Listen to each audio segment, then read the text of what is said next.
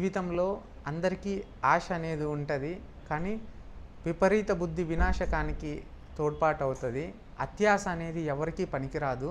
జీవితంలో త్వరగా ఎదగాలి అని చాలామంది ఆకాంక్షిస్తూ ఉంటారు. ఒక పని చేస్తూ ఉంటారు.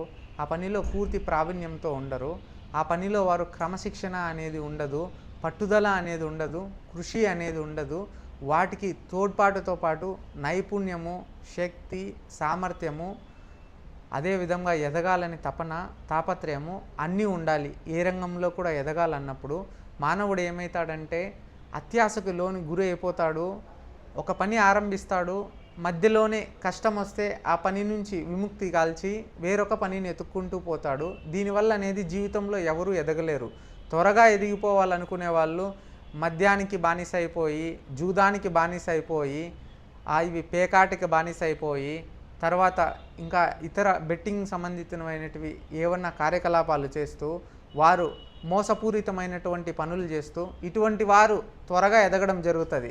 కానీ అవి పరమ దోషమైనది. అవి హితశత్రువులు, అహితశత్రువులు. హితము అనేది మంచిది, అహితశత్రువులు జోలికి అనేది పోకూడదు. ఎవరైతే ధనాన్ని వాళ్ళు కూర్చొని సునాయాసంగా సులువుగా సంపాదించాలి, మోసపూరితంగా అయినా సంపాదించాలని చూస్తూ ఉంటారో అటువంటి వారు వృద్ధిలోకి రాలేరు. అటువంటి సంపాదించినటువంటి ధనం కూడా వారి బిడ్డలకి తినడానికి అనేది యోగ్యం ఉండదు. వారు అనేక ఇబ్బందులు ఎదుర్కోవాల్సి ఉంటుంది. ప్రతి ఒక్క పనికి ఏదైనా కార్యం దాల్చి త్వరగా జరగాలనుకుంటే కనుక పట్టుదల ఉండాలి, ఒక గురి ఉండాలి, ఒక లక్ష్యం ఉండాలి, ఒక సాధన ఉండాలి. అన్నిటికన్నా మించి క్రమశిక్షణ అనేది ఉండాలి.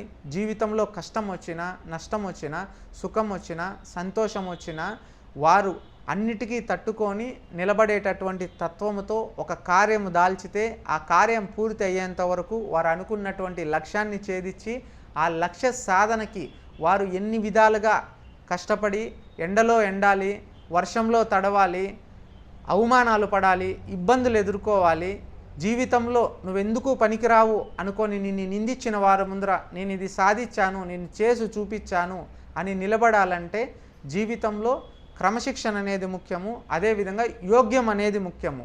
ఏదైనా కార్యం దాల్చి వారు ఏ రంగంలో అయినా ముందుకు రావాలి, అనుకున్న పనులు జరగకపోతే గనక వివాహంలో కానీ, వ్యాపారంలో కానీ, లేకపోతే కనుక ఏదైనా విదేశీయానంలో కానీ, ఏదైనా ఒక పెట్టుబడులు పెట్టి ఇతరుల మీద ఆధారపడి ఆ పనులు జరగకపోయినా కానీ, ఏ కారణం చేతన్నా కానీ వారు అనుకున్న పనులు జీవితంలో కాకపోతే గనక అందుకు యోగ్యం అనేది అవసరం.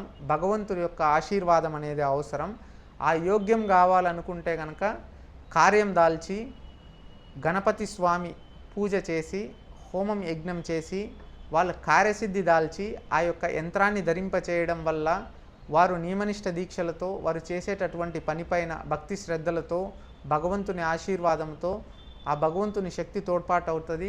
వారు చేసేటటువంటి పని మీద పూర్తి ధ్యాస పెట్టి వాళ్ళు క్రమశిక్షణగా, పట్టుదలగా ఒకే పని మీద నిలబడి వారి జీవితంలో ముందుకు పోతే జీవితంలో ఖచ్చితంగా వారు అనుకున్నది సాధిస్తారు.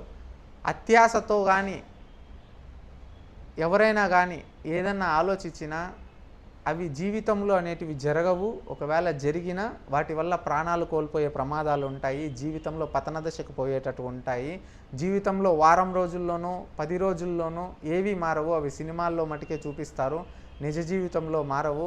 అదృష్టం ఉంటే నీకు ఏదైనా కలిసి వస్తే, నీకు ఏదైనా ధనం ప్రాప్తి అయ్యి బంగారం దొరికి నీ జీవితంలో ఏదైనా మార్పులు జరిగితే అప్పుడు నీ జీవితంలో మార్పు అనేది 1 వారం 2 వారాల్లో అనుకున్న పనులు పూర్తవుతాయి తప్పితే మిగతాటివి అత్యాశతో కానీ, అనాలోచిత వ్యాఖ్యలతో కానీ, విపరీత వినాశక బుద్ధితో కానీ, చెడు ఆలోచనలతో కానీ పైకి రావాలనుకుంటే అవి ఏవి కూడా జరగవు.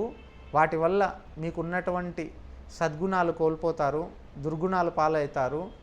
జీవితంలో అనేది పతన దశకు అనేది మీ జీవితంలో అనేది అక్కడి నుంచి నాంది పలుకుతుంది. ఒకవేళ అందులో మీరు ఏదైనా చెడు పాప కర్మాలు చేసి సంపాదించినటువంటి ధనం కూడా అది అనారోగ్యం చేతనైనా కానీ, లేకపోతే ఇంట్లో పిల్లలకి ఎవరైనా ఆకస్మిక మరణాల వల్ల కానీ, ఇంట్లో ఉన్నటువంటి కుటుంబంలో వృద్ధి లేకపోవడం కానీ, మనశ్శాంతి లేకపోవడం కానీ వారు అష్ట కష్టాలు పాలవుతారు. వారి జీవితంలో అనేది ఎన్ని ఉన్నా ఏమీ లేకుండా అన్నీ ఉండి అనాథలాగా ఉండేటటువంటి పరిణామాలు అనేటివి జరుగుతాయి. దురాశ దుఃఖానికి చేటు. పెద్దలు చెప్పారు, దురాశ అనేది ఎప్పుడూ పనికిరాదు, అత్యాశ అనేది ఎప్పుడూ పనికిరాదు. జీవితంలో స్వయం కృషితో ధర్మంగా కష్టపడి కృషి చేసి మనం ఒకరిని ఇబ్బంది పట్టకుండా, ఒకరిని నొప్పించకుండా మనం చేసేటటువంటి పని నలుగురికి ఉపాధి కల్పించేలాగా, నలుగురిలో గౌరవప్రదంగా ఉండి క్రమశిక్షణతో కూడిన విలువలతో కష్టపడే తత్వం ఉన్నవారు జీవితంలో ఎదుగుతారు. అటువంటి వారు ఏ పని చేస్తున్నా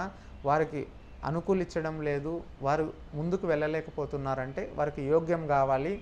వారికి కార్యం దాల్చి కార్యసిద్ధి పూజ చేయించుకొని గణేశుని యొక్క పూజ చేపించి ఆ పూజలో యంత్రం పెట్టి మంత్రోపదేశం తీసుకుంటే గనక ఆ యంత్రాన్ని ధరింపచేసి వారు చేసేటటువంటి పనులు చేస్తే గనక జీవితంలో ముందుకు సాగుతారు.